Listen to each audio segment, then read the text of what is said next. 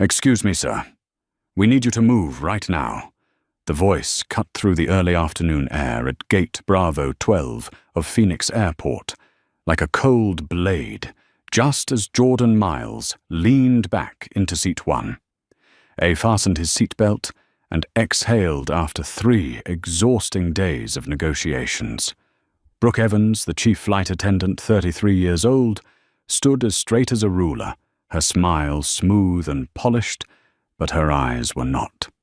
They swept over his faded grey sweater, the worn sneakers, the overstuffed backpack filled with a laptop and documents, and in half a second her mind made its judgment, not the kind of man who belongs in first class. A breath away, Blake Harrington. 46 entered the cabin as though it was built for him. Fitted Armani suit, gleaming watch, and the expensive cologne of a man accustomed to being given the right of way. Jordan looked up. His face didn't flinch, but a quiet shadow crossed his eyes. "I booked this seat," he said, raising his phone. The QR code glowed clearly on the screen. Flight CA 118, Phoenix to San Diego. Seat 1A confirmed 3 weeks ago. Brooke's smile didn't fall, it only thinned. "Our system just reshuffled the priority list, sir. A VIP passenger requires seat 1A. We'll upgrade you to business class and refund 50%. The word priority rolled off her tongue like a polished marble, smooth, gleaming, and leaving no trace. The tempo slowed. Jordan could hear his heartbeat, steady and calm. Not from fear, but fatigue. 3 days, trapped in a windowless boardroom, bitter coffee words sharp as blades. He had wished for 10 minutes of rest, just 10. But here it was again, the familiar theatre beginning, the scanning eyes, the measuring tone. The rules bent for metal cards. "Can you gather your belongings?" Brooke tilted her head slightly, her hand gesturing toward the aisle. She was sure it would go as smoothly as the hundreds of times before. A nod, a sigh, a man standing up. Order restored. "No, Jordan," said his voice, low and final, like a door closing. He didn't move. The current shifted. A businessman in 2B looked up, frowning. A silver-haired woman in 4A clicked her tongue. At the back, another attendant exchanged a silent question with her eyes. Blake stepped forward half a pace, his polished shoes tapping the floor softly. "My friend," he said with a confident smile, "the kind that belongs to winners, don't make this difficult. I fly this route 250 times a year. Diamond tier for years. The airline knows who I am." The words fell into the cabin like a coin, into a well rippling outward, demanding to be the center of gravity. Brooke caught his rhythm instantly. "Of course, Mr. Harrington, we deeply appreciate your loyalty." Then she turned back to Jordan, and the warmth in her tone vanished without a trace. "Sir, due to operational needs, we reserve the right to reassign seats." Jordan looked at them, calm enough to unsettle. Once in another city, a manager had told him the exact same phrase, in the same practiced tone, only the setting had changed due to operational needs. Back then he had yielded, swallowing the bitterness quietly. Not this time. This time he let it dissolve slowly, just to know what it truly tasted like. "We're talking about the seat I paid for," he said, each word placed firmly like stakes in the ground, "and I am sitting exactly where I belong." The story paused, drawing close to each face. Brooke, her mind running through checklists and performance metrics, every minute of delay, another demerit. She hated disorder, but hated uncooperative passengers even more. Blake's chest puffed with the certainty of privilege, raised on the belief that money and miles could bend the rules. He couldn't fathom why a grey sweater dared to challenge that equation. And Jordan, sitting upright, hands resting on his thighs, Back pressed against the seat beneath the calm was a taut string stretched by years of being quietly sidelined in polished boardrooms where decisions glided like ice. Brooke shifted strategy, her smile tightening into a line. "If you continue to refuse, sir, we'll have to call security and report non-compliance with crew instructions. That will affect your record across our system." The word record came out like a hook, small but sharp. The first-class cabin suddenly felt longer, heavier. No one touched yet. Pressure filled the air, pressing down on Jordan's shoulders into his chest, whispering in the back of his mind, "We have connections to catch. Hurry up, why make a scene over one seat?" Order was just one step away, one pull of a suitcase from the overhead bin, and everyone would exhale in relief. The kind of order you buy with a small piece of your dignity. Jordan blinked once, slowly. He unlocked his phone, swiped to messages, and typed only 3 words, "Lauren standby." Sent. No reply yet. He didn't need one. He only needed to know that on the other end, someone was already standing by. My friend Blake lowered his voice, leaning closer, his cologne brushing the air. "Be reasonable. Take the upgrade. Make it easy. We all have things to do." His smile opened wide, pretending warmth, but behind it stood a locked gate. The world of those who believe everything moves around them. Jordan turned, met his eyes, and said quietly, "I have been reasonable, and I am exactly where I belong." The smallest sounds grew the loudest, the faint chime of a metal buckle, the soft rustle of a newspaper, the tight breath someone held in. In seat 3. See, a young man placed his phone on his knee, camera tilted toward the aisle, hesitation flickering in his eyes. In seat 6. A brown-skinned woman froze mid-page on her e-book, lips pressed together. People not involved, but now perhaps part of a choice. Brooke raised her radio. One press would start the protocol ground staff security incident report. She felt her heartbeat sync with the digital clock above 2:14, 2:17, 2:20. Each minute of delay, another line in her report. "Sir, this is the final time. Please move to your reassigned seat." Jordan leaned back, gaze, steady voice, no louder than before. "No." The rhythm quickened. Blake scoffed. "Oh, come on." Someone whispered, "God."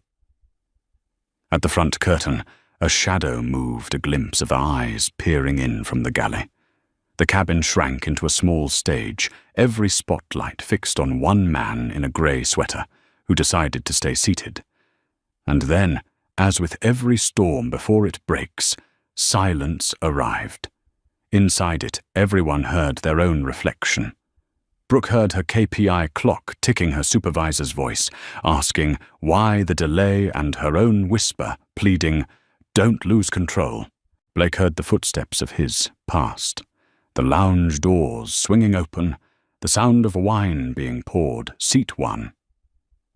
Always waiting. This refusal felt like a crack across the glass of his world.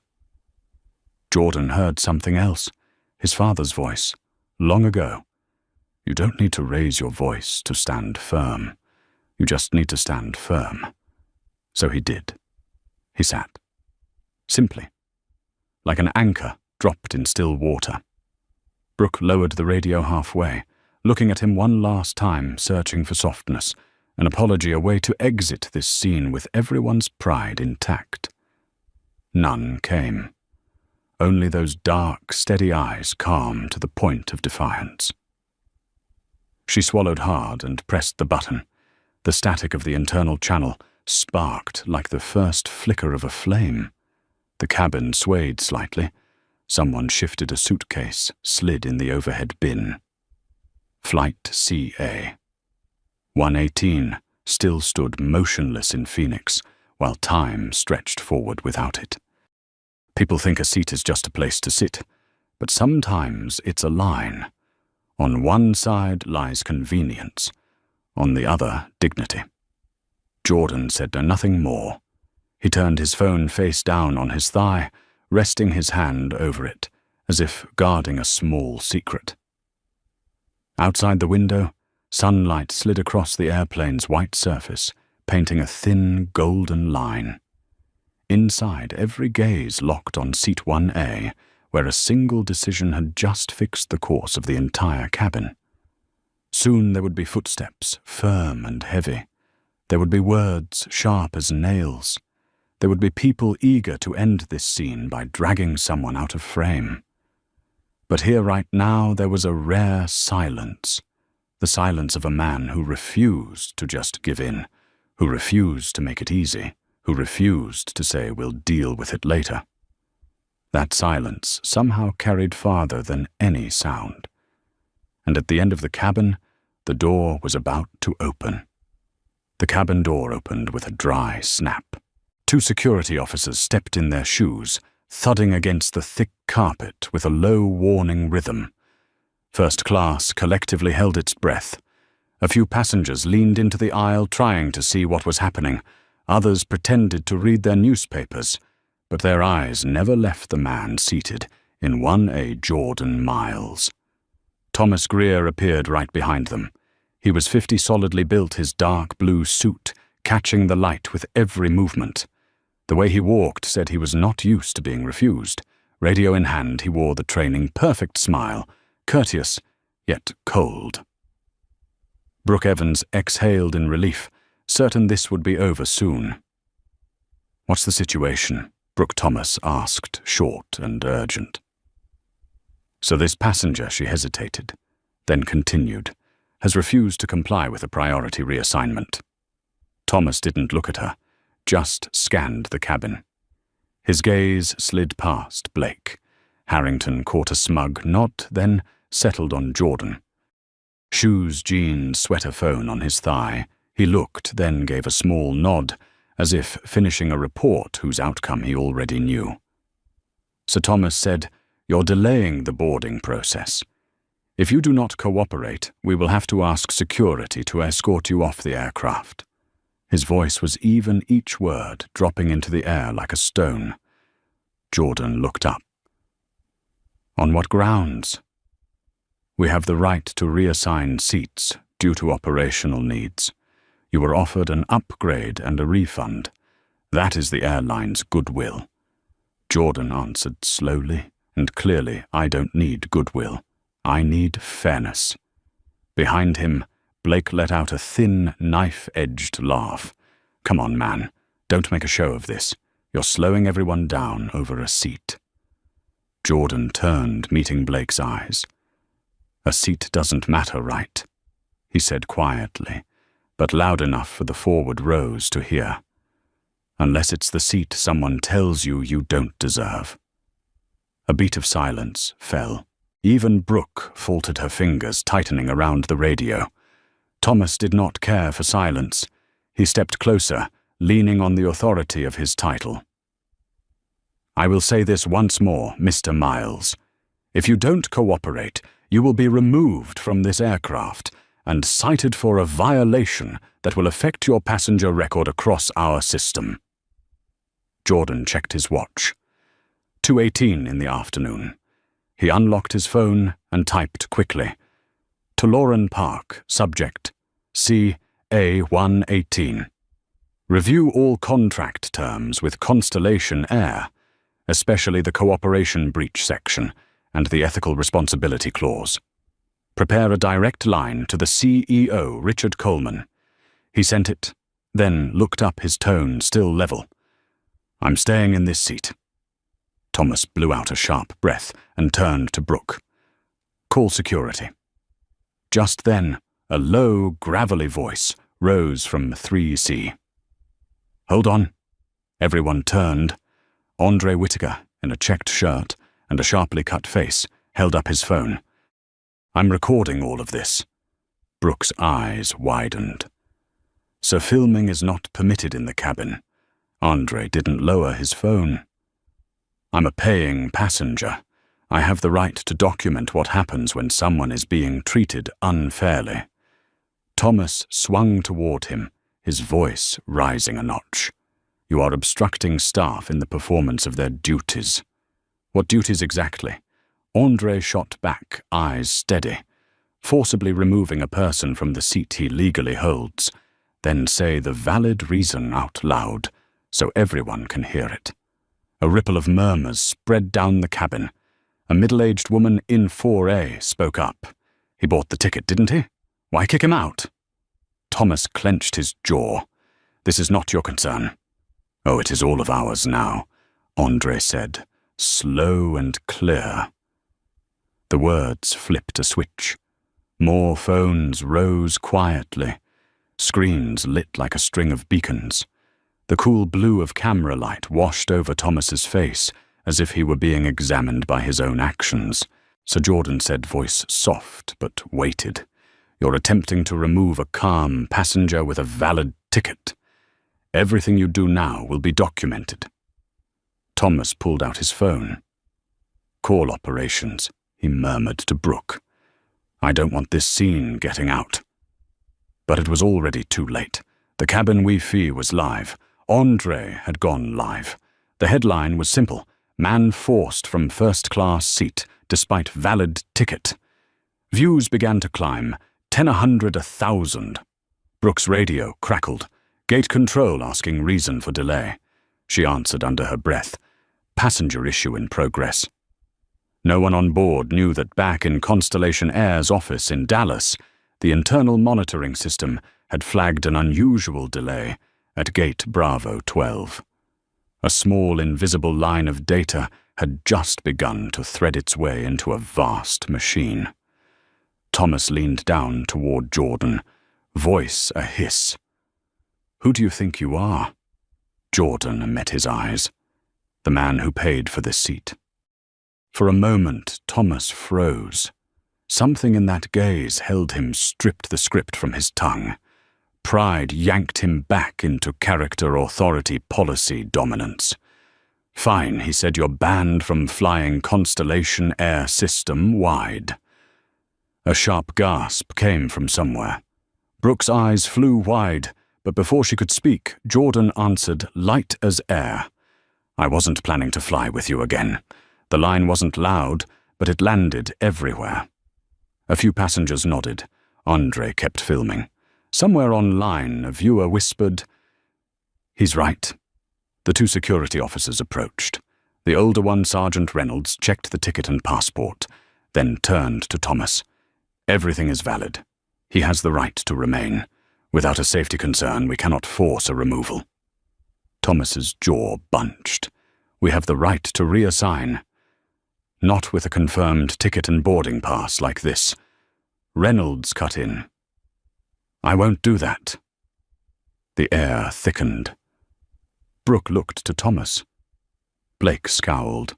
For a heartbeat, time stood still, just like the minutes before a storm breaks. "You're costing the airline thousands of dollars," Thomas growled. Jordan leaned in and said softly, "I think a bigger loss is coming." He unlocked his phone and typed, "Lauren, prepare to activate Protocol Delta. Call Richard Coleman directly." The message flew. No one saw the woman on the other end lift her head from her desk, eyes sharp as a blade. On her screen, a line appeared. "Emergency flight, CA-118. Back in the cabin, Andre lowered his phone for a second and looked at Jordan. "Stay calm, I've got all of it." Jordan nodded. "Thank you." Blake suddenly stood and faced the cabin. "This is ridiculous. We're all being held up because one man thinks he's special." A woman's voice rang from row 6. "He is special because he refuses to be silent." The murmurs swelled. Some in support, some in disapproval. The cabin split like a hairline crack across glass. Thomas had lost control. Brooke's hands trembled. Jordan stayed still. Outside the window, the light shifted. The sun slid down the wing in a blazing gold streak. He exhaled long and deep. In his mind, a single line sounded. Sometimes silence is the strongest strike. The cabin door remained open, but no one seemed to hear the world beyond anymore. Every focus had narrowed to the man in 1A. The man they assumed was just another ordinary passenger. One seat, one look, one refusal. The smallest things are sometimes the first tremors of an earthquake. No one knew that this moment of silence would enter the history of Constellation Air. Only Jordan Miles, the man sitting still in seat 1. A light reflecting in eyes, no longer angry, but frighteningly calm. Thomas Greer tightened his radio lips pressed thin. Brooke stood behind him, trying to avoid the lenses of dozens of phones pointed their way. The sense of being surrounded made the cabin air congeal like a pocket of heat about to explode. "Enough," Thomas said, each word squeezed through his teeth. "I will handle this myself." He took out his phone, turned his back to the passengers and dialed operations. "This is Greer Gate Bravo 12.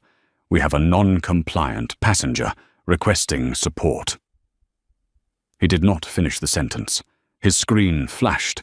An incoming call overrode the line, the display reading, "R. Coleman, CEO." Thomas froze. He had heard that name in internal briefings his entire career, but had never received a direct call. He glanced at Brooke. She stared back, lips forming the words, "Answer it." Thomas swallowed and slid to accept. "Yes, hello, Mr. Coleman." The voice on the other end was low, cold, and so clear the entire forward cabin could hear. "Greer, what on earth is happening on my flight CA-118? Thomas went rigid. "Sir, we have a disruptive passenger refusing to." "You are talking about Jordan Miles, correct?" Those 3 words clanged through the cabin like struck metal. Brooke's mouth fell open. Blake Harrington went from confident to paper white. The cabin fell dead quiet, only the muted rumble of engines leaking in from the window. Sir Thomas stammered, "You know that passenger. You are trying to eject the CEO of EtherTech Systems from his legally held seat. Is that correct?" Every head lifted. Andre, the man filming, held his breath and kept the camera steady. The couple in row 4 glanced at each other, and the woman in row 6 whispered, "Oh my God." Thomas locked up the words jamming in his throat, each heartbeat a drum. "I didn't know, sir." "Yes, you didn't know. That will not save you." The call audio filtered perfectly into the live stream, and within minutes, this line would become a subtitle racing across social media. Douglas Know now, Richard Coleman, the CEO of Constellation Air, spoke slowly and precisely, like reading an indictment. EtherTech is our strategic partner. Their aerofuel core and Skyguard systems are operating every aircraft in this fleet. Our entire system relies on the technology they created, and the man you are insulting is the one who designed it. Brooke let the radio slip from her hand. Blake stepped back, as if the floor had given way. Jordan didn't move. He didn't speak. He didn't signal. He simply looked quietly, a silence heavier than any words. "Listen carefully, Greer," Richard continued. "This entire exchange is being recorded. I have seen the live video. I am hearing what you said to Mr. Miles. I heard the phrase, 'passengers like you.' Do you know how that sounds?" Thomas opened his mouth, but nothing came out. Brooke's fists clenched, trembling. "It sounds like discrimination. It sounds like the arrogance of a system that has forgotten customers are the reason we exist." Richard's voice sharpened like a blade. "I have no use for representatives of this airline who do not understand the word respect. As of right now, you are suspended. Effective immediately. Leave the aircraft." Brooke jerked. "Sir, what about me?" "You as well, Evans. You had charge of this crew and allowed this to happen. I do not require an explanation." Brooke choked her voice, cracking. I was following policy, sir. I have 2 children.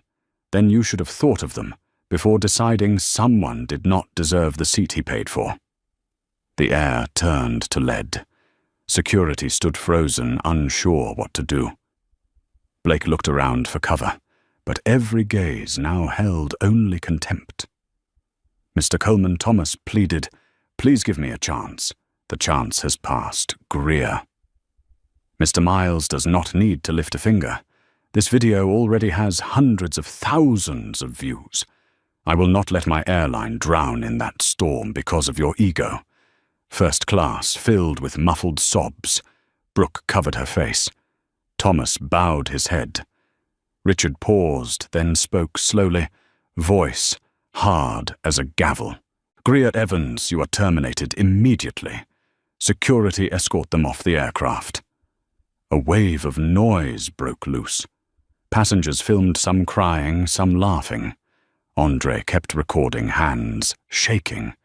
He knew this moment would be seen by millions.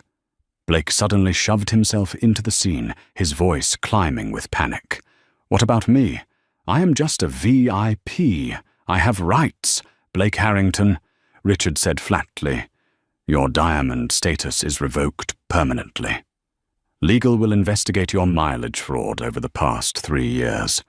Until findings are complete, you are banned from Constellation Air indefinitely." Blake went slack, then shouted, "This is insane.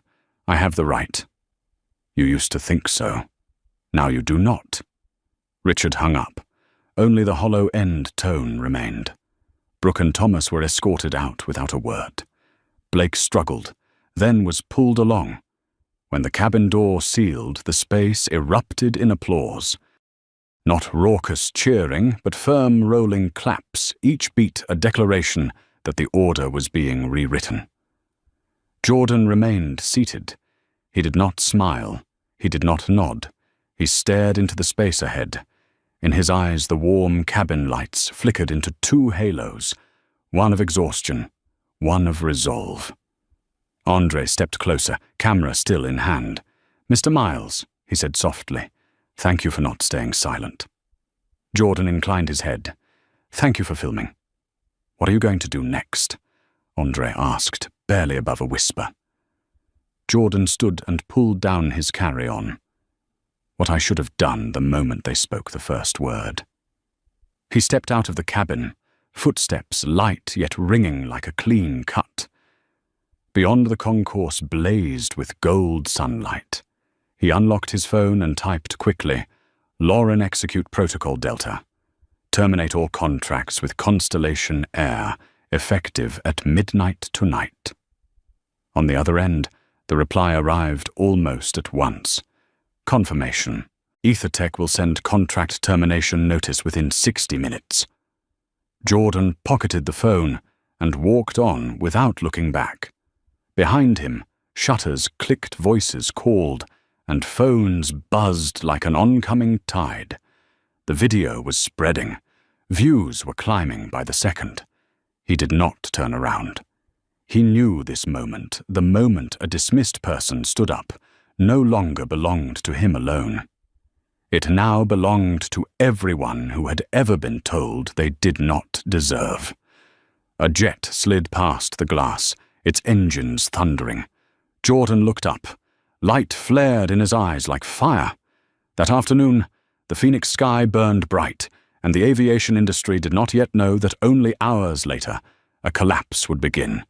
Born from Seat 1A on Flight CA-118. That night, on the 47th floor of EtherTech headquarters in San Diego, the lights were still on.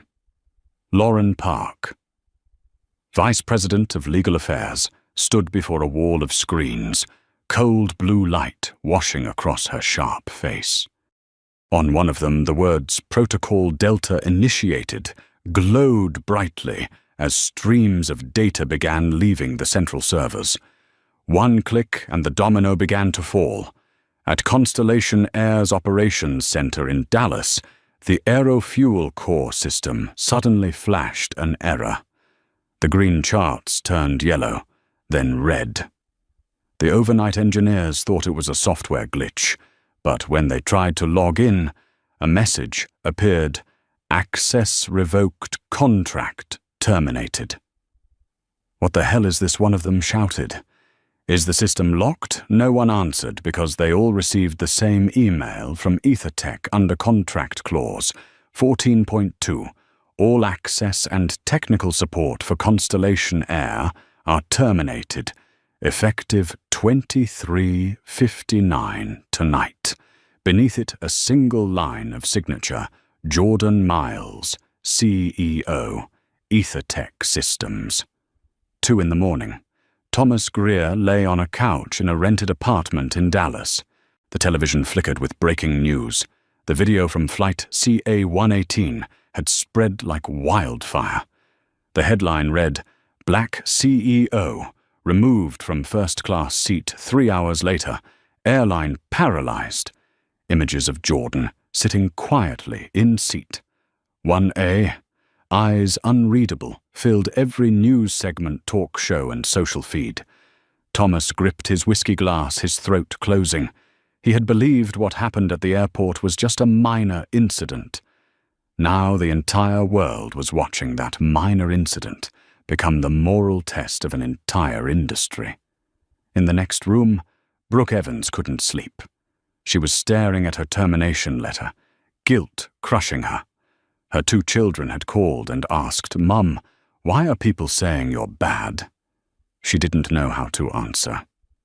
Meanwhile, in a hotel suite in San Diego, Jordan sat alone by the window, looking down at a sleeping city. His phone buzzed non-stop. Updates from Lauren, 2347, 3 contracts cancelled worth $370 million annually. 0005, aerofuel core access disabled. 0014, Skyguard safety monitoring system suspended. Each message was a cold heartbeat of power. He didn't reply, only typed one line: "Monitor the situation. No further intervention." Jordan closed his eyes and leaned back. He knew that by morning the aviation world would wake to chaos. But he had no regrets. That feeling, the quiet that comes after doing what's right, was strange. Not joy, not vengeance, but a cold peace, known only to those who have finally balanced the scales. 5:30 in the morning, JFK Airport, New York. The first Constellation Air flight failed to take off. Fuel system error, unable to calculate load. Then the second flight. The third alarms blared across the system. The operations center activated every backup server, but all were locked out by EtherTech's security wall. By 6:10, over 40 flights were grounded. The FAA intervened, ordering a temporary halt to all operations until safety could be guaranteed. Red lights filled the main control board. The press descended like wolves scenting blood. CNN ran the headline, "Constellation Air Faces Unprecedented Systems Crisis." CNBC followed, "Sources confirm EtherTech, the tech partner, has withdrawn all technical support." Twitter, TikTok, and Instagram exploded with hashtags, "Justice for Jordan," "Cetone Dignity is not negotiable." Constellation Air's stock fell 18% by morning, 28% by noon. Online, millions of comments flooded. In one seat just collapsed an entire system. This isn't revenge, it's a lesson. 9:45 that morning. Constellation Air Headquarters, Dallas. Emergency meeting. CEO Richard Coleman stood before a room full of executives. His tie loosened, his eyes hollow. On the projection screen played the video everyone had seen hundreds of times, Brooke and Thomas confronting Jordan, the arrogance in their eyes, and the fatal phrase, "Passengers like you." "We are being destroyed," Richard rasped by one foolish moment. No one answered. An assistant reported EtherTech is refusing all contact. Lauren Park is not responding. They've erased every access credential. Richard closed his eyes and rubbed his temples. He knew Jordan. They had met twice during partnership meetings. A quiet man, punctual, humble, never boastful. Richard had once thought Jordan was easy to persuade. Now he understood the greatest mistake was underestimating the silent. "Prepare a press conference," Richard said. "I'll take responsibility." That afternoon, in Constellation Air's press hall, over 100 reporters packed the room. Richard stepped up, no lapel mic, just a trembling sheet of paper in hand. Behind him, the Constellation logo gleamed like a cruel joke. On behalf of Constellation Air, he began, "I want to extend a public apology to Mr. Jordan Miles, CEO of EtherTech Systems, for the unacceptable treatment he endured on Flight CA-118. The actions of our employees do not represent our company's values. I confirm that Thomas Greer and Brooke Evans have been terminated. We are implementing mandatory unconscious bias training and enacting new anti-discrimination policies." A reporter called out, "Have you spoken to Mr. Miles?" Richard paused, then answered, "I've called him 12 times.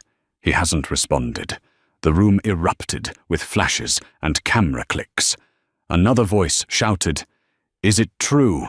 EtherTech has terminated a $370 million contract." Richard looked down, then up. "Yes." "Any chance of reinstating it? We're attempting to negotiate," he said quietly. But Mr. Miles has not replied. He hesitated, lowering his voice until it was almost a whisper. And he has every reason not to. Meanwhile, in San Diego, Jordan sat in his quiet office, gazing at the fog-covered skyline. Lauren entered, tablet in hand. They just held the press conference. Coleman apologized, publicly asked to renegotiate. Jordan was silent, fingers tapping lightly on the armrest. "Their stock," he asked. "Down 28%. The media's calling it Black Monday for the aviation industry." He nodded, eyes deepening. "Good. They'll remember." Lauren looked at him softly. "Do you want to restore the contract after their apology?" Jordan lifted his gaze, eyes calm as water, before a storm, still reflective, unmoved. "No," he said. "We don't rebuild on rotten foundations." Night fell. Over San Diego, other airlines' planes sliced through clouds, their lights stretching into peaceful trails. Jordan stood by the window glass in hand, recalling his father's words. "Sometimes you have to make the world stop so it can finally see what it's been ignoring." He exhaled and smiled faintly. Yes, the world had stopped, and this time it would not forget. 3 days after half of Constellation Air's system collapsed, American media called it the earthquake, from seat 1A. Every television network, every newspaper, every podcast repeated one name, Jordan Miles. The image of him sitting quietly in first class, calm eyes, steady amid a storm of prejudice, became a symbol shared across social media. Yet while the world roared in praise, Jordan chose silence. He avoided cameras, declined interviews, and never posted a single statement. Because to him, this was not a victory. It was a warning. That evening, Lauren walked into his office, holding a stack of reports. "We're in the eye of the storm," she said. "Constellation's stock just fell another 12%. The FAA is investigating everything. And you, Jordan, have been nominated as one of the top 10 most influential people of the year." Jordan looked up from his laptop, his voice steady. "I don't want to be a symbol. I just want them to be accountable." Lauren smiled faintly. "Do you know what scares them the most?" What that, for the first time, power didn't come from a loud voice, but from absolute calm. He gazed out the window where the lights of San Diego's airport crossed like the veins of the world. "You know," he said slowly, "they're not afraid of me. They're afraid of what I represent, the truth they pretended not to see." Meanwhile, in Dallas, CEO Richard Coleman walked into his second press conference. He looked 10 years older than he had 4 days before. Behind him hung a new banner that read, "Constellation Air commits to change." But the press was not easily convinced. A reporter asked, "Has Mr. Miles responded since your first conference?" "Not yet. Do you think he's punishing your company?" Richard paused, then answered honestly, "No. I think he's educating us." That sentence went viral instantly. Commentators said, when the head of an airline admits he's being taught a moral lesson, it's no longer a scandal. It's a cultural turning point. The next morning, Lauren walked into Jordan's office with an envelope. "Invitations from 9 other airlines," she said. "They're asking EtherTech to perform independent equity audits. 3 of them are offering double the service fee just to sign new contracts." Jordan stayed quiet. "You're not going to respond?" Lauren asked. He stood, walked toward the window and said softly, "Lauren, I don't want to turn this into commerce. I want to turn it into change. Real change. Yes. Not them signing because they fear backlash, but because they understand why they must." Lauren nodded, a trace of admiration in her eyes. "You really are the only person I know who could bring down an airline and still talk like a philosophy professor." Jordan smiled slightly. "Not teaching. Just reminding them dignity doesn't need permission." A week later, Jordan's first interview aired on CNN. No spotlight, no grand stage, just a simple white room, soft lighting, and a calm, resonant voice that went straight to the listener's heart. The host asked Mr. Miles, "Do you feel like you got revenge?" Jordan tilted his head.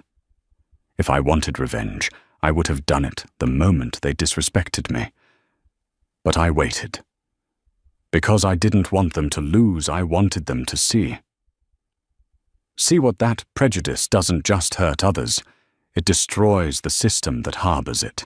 That line, trimmed into a 30-second clip, spread across social media, within 12 hours reaching over 10 million views. A new hashtag was born, "Let Them See." In another corner of America, Thomas Greer watched the interview in a nearly empty bar. The beer in front of him had gone flat. He had lost everything: his job, his reputation, his friends. But what haunted him most was Jordan's calm gaze in the video. No anger, no hatred. That calmness was what he could not forgive himself for. "He didn't need to do anything," Thomas muttered. "He just sat there. And I destroyed myself." Brooke Evans was watching the same clip in a small cafe in Oregon, where she had moved to start over. Tears welled up as she heard Jordan say, "No one deserves humiliation just because they don't fit what others are used to seeing." She turned off the screen and whispered, "I wish I had stood by you sooner." As for Blake Harrington, the man who once believed money could buy anything, he was now under investigation for financial fraud. Every partner withdrew. His company collapsed in 3 days. When reporters cornered him, he only said, "One seat destroyed my life." On Twitter, thousands replied, "No, you destroyed it yourself." In San Diego, the EtherTech headquarters was quiet like a temple. Jordan was reading Lauren's latest report. The FAA just passed a new rule: mandatory anti-discrimination training for all airlines. Constellation is leading the implementation. Jordan wasn't surprised. Good. They're learning. Lauren hesitated. "Will you meet Richard?" He sent an invitation for a private dialogue, not negotiation, just to talk about real change. Jordan looked through the window where the sunset painted everything in molten gold. He nodded. Yes, I'll listen this time. Not to forgive. To see how far they're willing to go. 3 weeks later, the meeting took place in a closed room. No cameras, no reporters. Just 2 men, one who had bowed in apology, and one who had made the world stand still. 4 hours passed. No one knew what was said. Only one line was given to the press afterward, spoken by Richard. Mr. Miles didn't want to destroy us. He wanted to awaken us. And I believe this time we understand. That night, Jordan stood alone on the balcony of EtherTech Tower. The San Diego sky was clear, streaked with planes drawing silver lines across the dark. He thought of his father's words.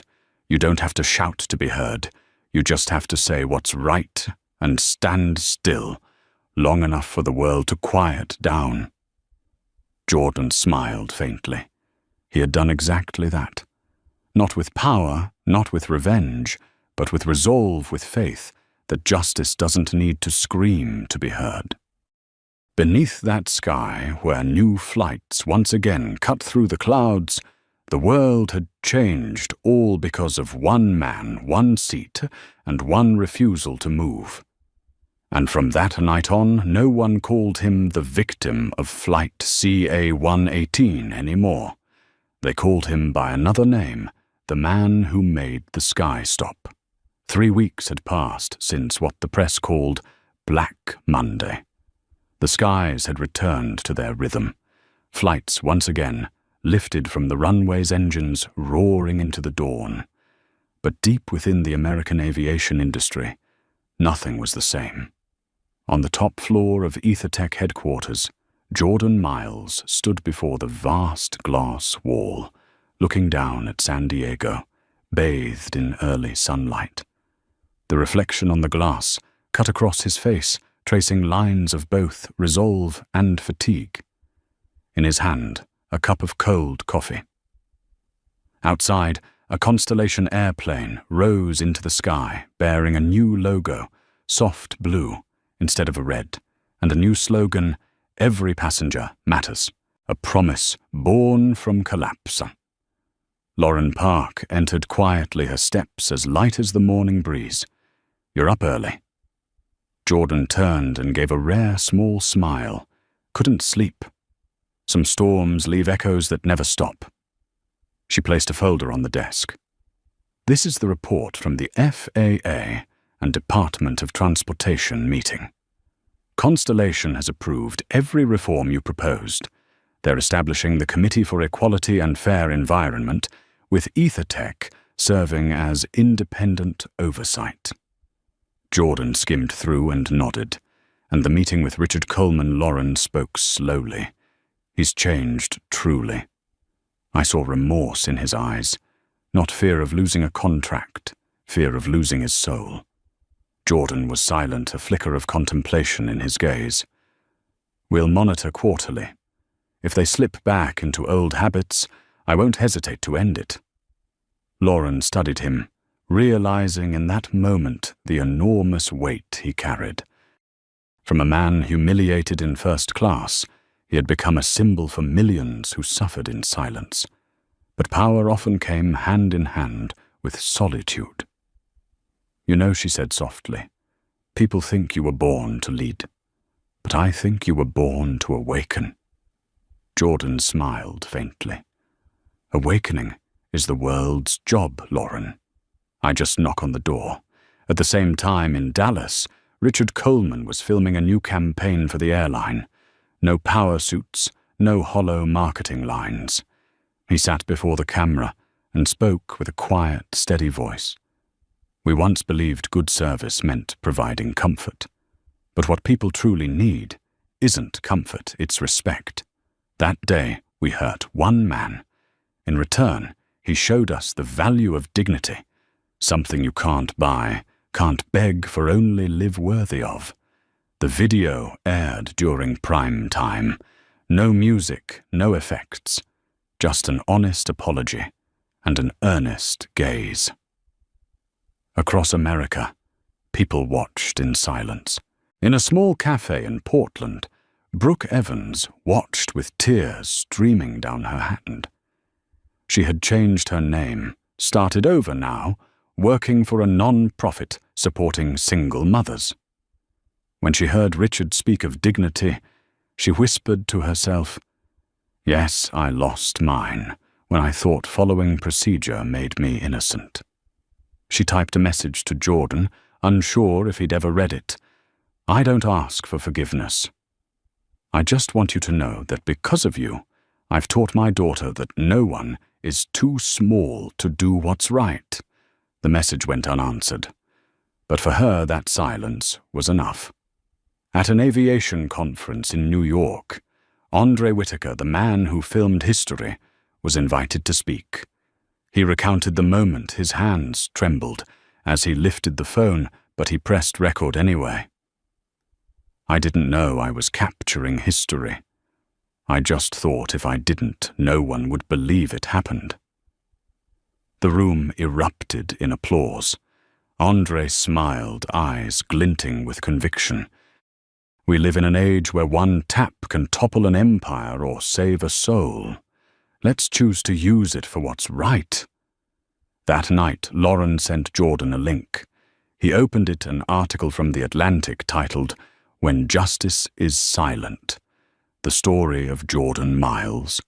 The opening line read, "He didn't chant, slogans didn't retaliate, didn't demand anyone kneel. He simply sat still and let the system collapse under the weight of its own wrong." Jordan read it quietly for a long time.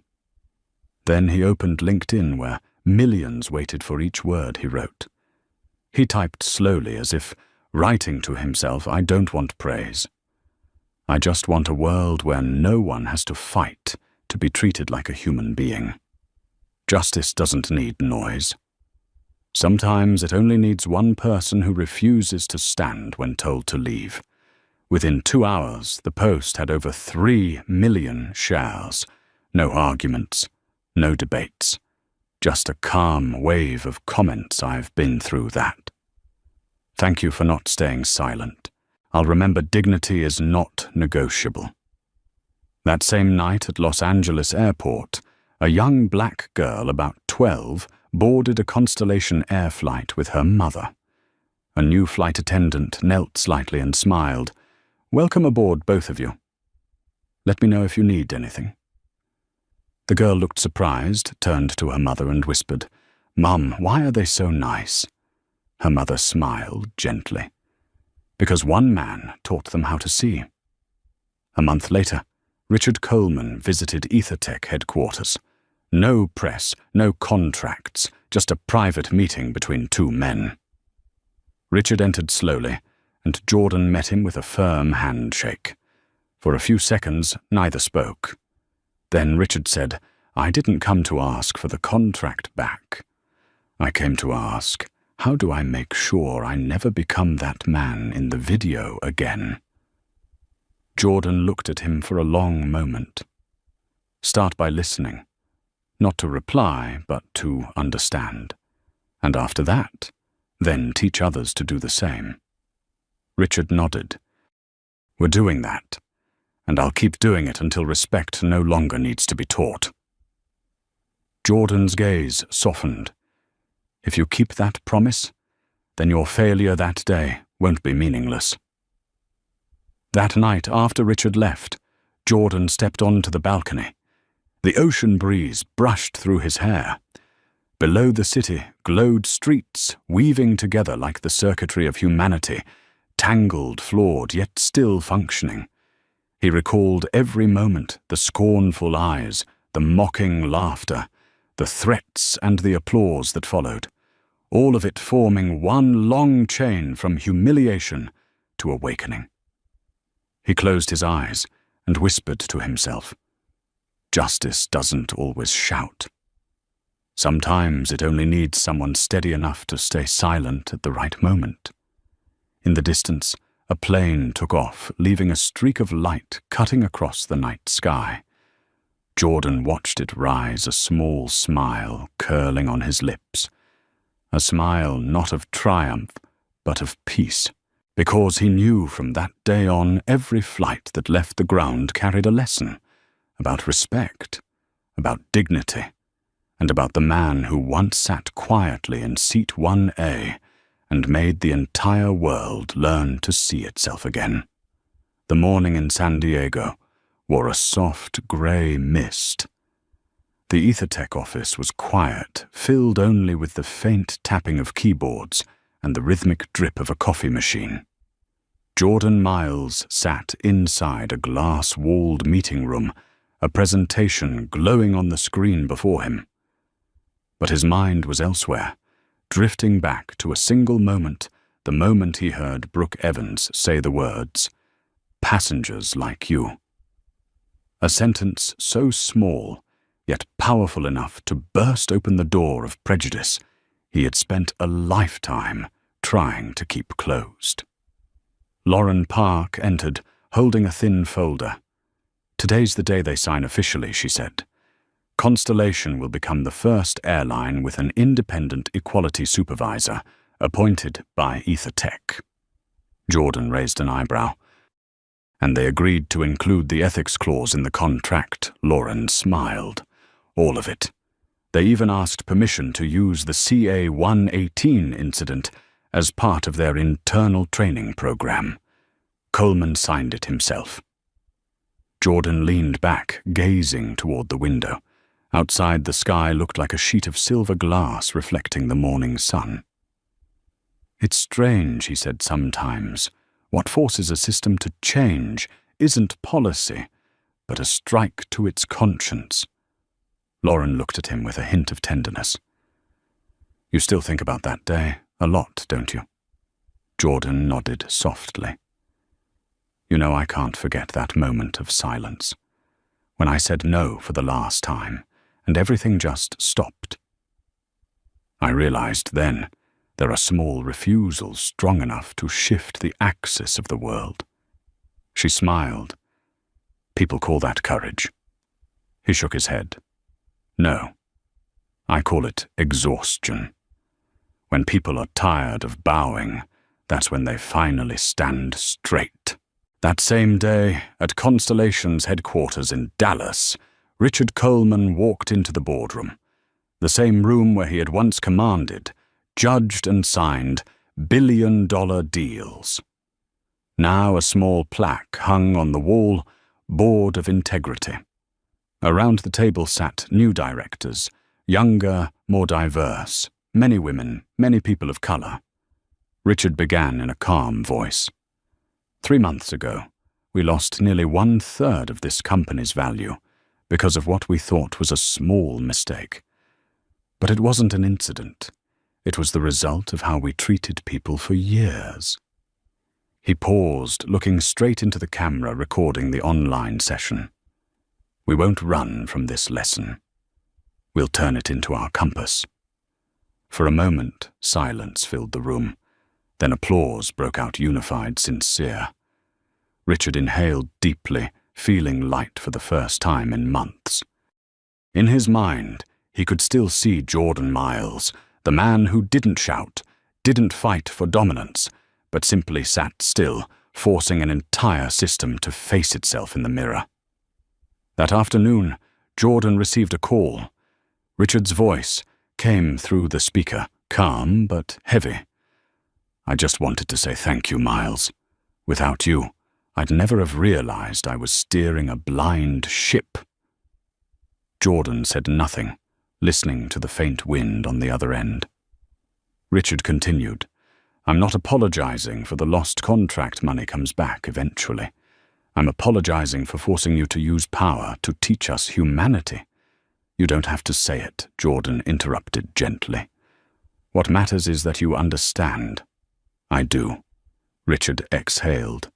"And I promise from now on, every new employee at Constellation will learn the lesson of Seat 1A before they learn to serve." Jordan smiled softly. "If you do that, then that day wasn't in vain." Evening fell. Jordan's office glowed with the single light from his desk lamp. He opened his laptop and read through emails, messages of gratitude stories from strangers. A student who was denied a job interview because of her appearance. She stood up, sued, and won. An employee discriminated against for his background. He wrote about it, and his story went viral. A father wrote, "My son watched your video. He says he wants to become an engineer so he can build fairer systems." Jordan read every word, then stopped at an email from Brooke Evans. The subject line read, "I met someone who needed your thank you." The message was short. "I'm working with an organization supporting single mothers. Yesterday, I met a woman fired for speaking out against discrimination. She quoted you, 'Dignity is not negotiable.' She said, because of that, she wasn't ashamed to stand up." Jordan finished reading and leaned back in his chair, closing his eyes. Outside, the city lights shimmered like an ocean of stars. Maybe this was the real victory, not rising stocks or public praise, but when one person's story became the strength for thousands of others. The next day, EtherTech held an internal gathering. Employees filled the main atrium, the air respectful, yet warm. Jordan stepped onto the stage, carrying no script, only a small folded note. He spoke slowly. "We live in a time where almost everything can be bought, but one thing remains priceless: how we make others feel when we hold power. Real power doesn't make people fear you. It makes them believe in you. And real justice isn't punishment. It's renewal. When a system fails, we don't just destroy it. We make it learn to be better." The room was silent. Then someone began clapping. Then another. The applause spread like a wave, heavy yet gentle, just like the story they were all a part of. Afterward, Lauren caught up with Jordan in the hallway, sunlight stretching gold across the floor. "You know," she said, "when I first joined this company, I thought I was working for a tech genius. Now I know I'm working for someone who believes in people." Jordan smiled. "I just learned from being underestimated. It taught me to see value where others overlook it." Lauren asked quietly, "Do you think the world has really changed?" He looked up at the sky, where a constellation plane glinted above its metallic body, shining like an apology. "Not yet," he said, "but at least it's starting to learn." That night, Jordan wrote a short post on LinkedIn, words that would later be reprinted in countless leadership books. "Don't let anyone tell you that you don't belong where you've worked to be. Don't stay silent when injustice becomes normal. One word, one look, one right action can start a revolution." I just sat still in seat 1A, but the world stood up. Within 24 hours, the post reached 10 million views and hundreds of thousands of comments worldwide. People no longer talked about color contracts or money, they talked about dignity. Outside the window, the San Diego night was crystal clear. Jordan stepped onto his balcony, the ocean breeze carrying the salt of the Pacific. He looked up at the sky where planes traced glowing lines through the dark. He knew somewhere among them, someone was being treated more fairly because he once said no. And in his quiet smile, the sky seemed to shine a little brighter, not from the lights, but because humanity had finally begun to see one another in the light. 2 months after the incident with Seat 1A, the world still hadn't stopped talking about Jordan Miles. His name appeared in news programs and leadership courses, even in corporate ethics lectures at Harvard. But while everyone saw him as a hero of justice, Jordan chose to disappear. He left San Diego in silence. No press conferences, no interviews. Lauren received only one short message. I need time. Keep the work going. Don't look for me. One early morning, Jordan arrived in a small town in Arizona, where the desert stretched to the horizon, and the sky was so clear it seemed carved by hand. He rented a small wooden cabin beside the dunes and lived simply no social media, no news, no recognition. On the first day, he just stood and looked at the sky. No engines, no metal, no aircraft noise. Only the wind. He smiled softly. Maybe now he was truly free. That night, Jordan built a small fire outside his cabin. The flames flickered against the dark, casting shadows across his face, a face that carried the traces of years that had never truly rested. He remembered it all the moment he stood his ground in Seat 1. A Brooks' eyes, Richard's trembling apology, Lauren's call, and the collapse that followed like a tidal wave. No one ever knew what he truly felt then. Not triumph, not revenge, only emptiness. Because he understood justice doesn't give you satisfaction, it gives you responsibility. The responsibility to live in a way that honors that moment. One afternoon, while wandering through a local market, Jordan heard the radio playing inside an old grocery store. The airline Constellation Air has announced a $50 million fund called Wings of Equity, dedicated to eliminating inequality in aviation and technology. CEO Richard Coleman stated, "We cannot change the past, but we can change how the world takes flight from here." Jordan smiled faintly. He hadn't spoken to Richard since their last meeting, but now he knew that a man had truly understood. He paid for a can of soda, stepped out into the sunlight, and looked up at the endless sky. A plane soared overhead, a streak of white carving across the blue, breathtaking in its beauty. He whispered, "Good, they've started flying the right way." That evening, Lauren called. It took her a few seconds before she heard his voice on the other end. "Where are you?" Jordan answered gently. "Somewhere quieter than the sky." "That sounds philosophical," she said, half laughing. "I called to share good news. The Aviation Equity Commission wants to appoint you as an honorary advisor. And there are rumors the president wants to award you the Civilian Medal."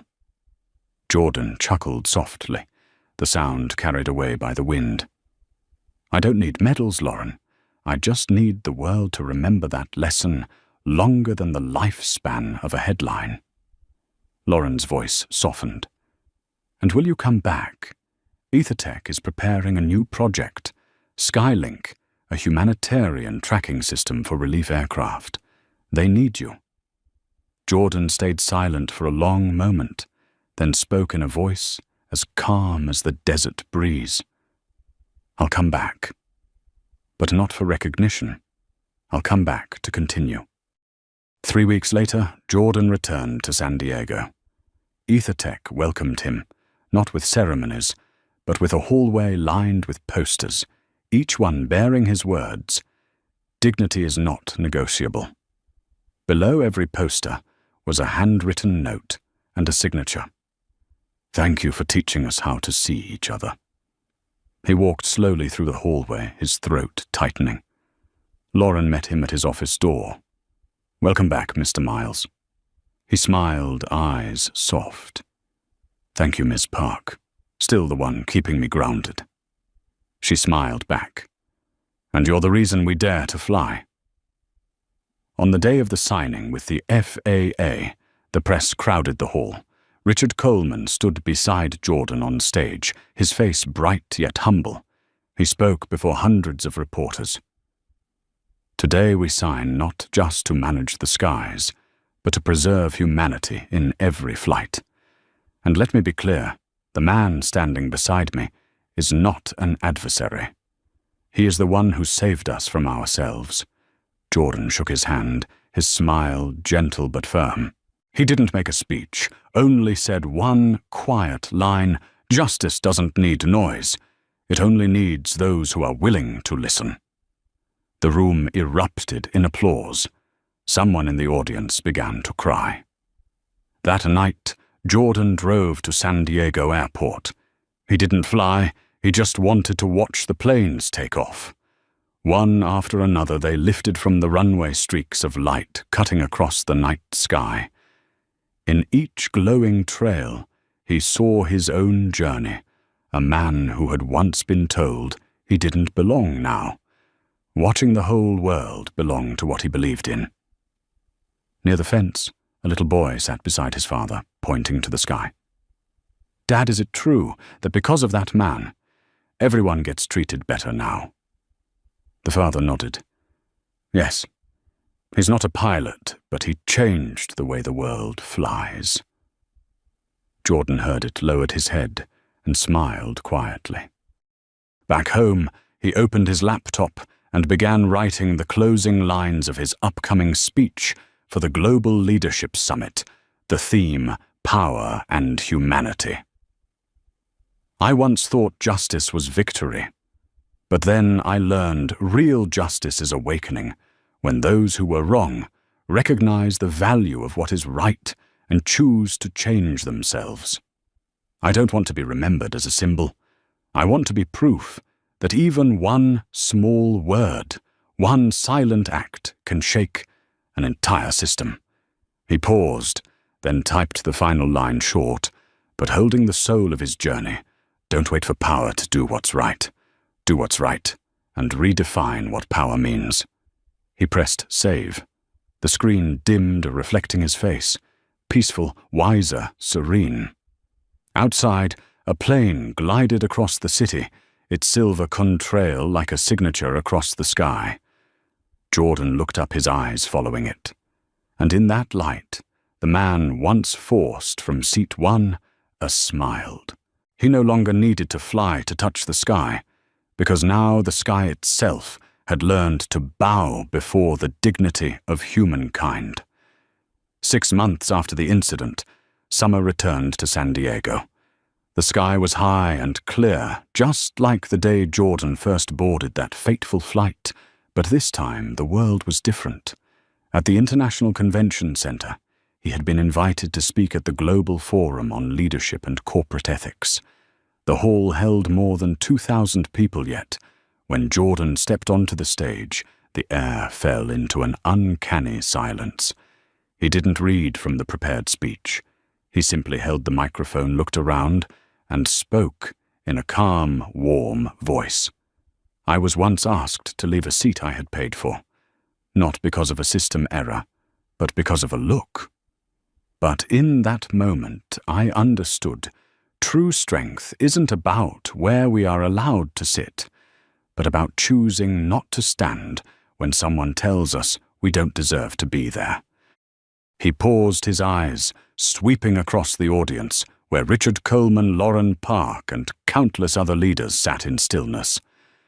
We live in a world where technology can change everything except humanity. If we don't teach each other respect, then every invention is meaningless. I don't want your applause. I want you to ask yourselves one question: when power is in your hands, will you use it to lift someone up or to push them down? The hall erupted in applause, but Jordan only smiled softly. He bowed his head and stepped down from the stage like a man who had already done his part. That afternoon, Jordan returned to San Diego Airport.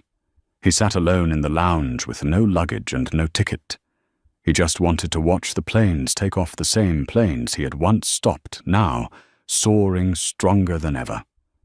A young flight attendant recognized him approaching with eyes glistening. "Mr. Miles," she said, her voice trembling, "I'm a new employee at Constellation. They begin our training with your story. Because of you, I learned that service isn't just work, it's respect." Jordan looked at her, his tone gentle but firm. "And remember, this respect is never a policy. It's a choice." She nodded, tears slipping down her cheeks. He watched her walk away, a strange feeling rising inside him, not pride, but peace. Outside the window, the sky burned red with sunset. A plane glided by its reflection, spreading across the glass, leaving behind a glowing trail like an invisible signature. Jordan whispered softly, "The sky doesn't belong to anyone anymore. It belongs to everyone." Then he stood, adjusted his collar, and walked down the corridor. The golden light of dusk fell over his shoulders, stretching his shadow into the crowd of travelers preparing for their next departures. Flights born from a single lesson named dignity. The night in San Diego draped a thin layer of light over the glass towers.